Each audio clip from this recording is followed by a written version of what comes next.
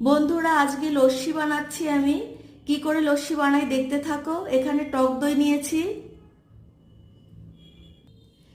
এখানে নর্মাল জল নিয়েছি, এখানে বিট নুন নিয়েছি আর নর্মাল নুন নিয়েছি, এখানে চিনি নিয়েছি। বাড়িতে পাতানো টক দই, এটা আমি নিজেই বাড়িতে বানিয়েছি। এটা একটা হেলদি ড্রিঙ্কস। তোমরা একটু এই গরমে লস্যি বানিয়ে খাবে। দেখো কি সুন্দর দেখতে হয়েছে টক দইটা, আমার নিজের হাতে বানানো দই।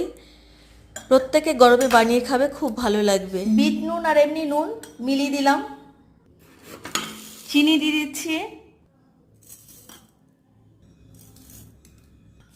এবার ভালো করে ঘেটে নিতে হবে, এটা মিলিয়ে নিতে হবে ভালো করে। ভালো করে ঘেটে মিলিয়ে নিয়েছি, এবার জল ঢেলে দেবো। তোমরা চাইলে একটু বরফের টুকরো দিতে পারো।